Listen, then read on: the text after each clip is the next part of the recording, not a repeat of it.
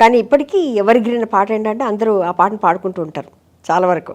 వానజల్లు గిల్లుతుంది, వానజల్లు ఒకటిను, నాకు వానజల్లు గిల్లుతుంటే ఎట్టాగమ్మా, నాకు దాంతోపాటు ఇంక ఇది స్పీడ్ డ్యాన్స్ కావాలంటే మాత్రం నాకు ఈ పాట గుర్తుకొస్తుంది సార్. Supreme hero.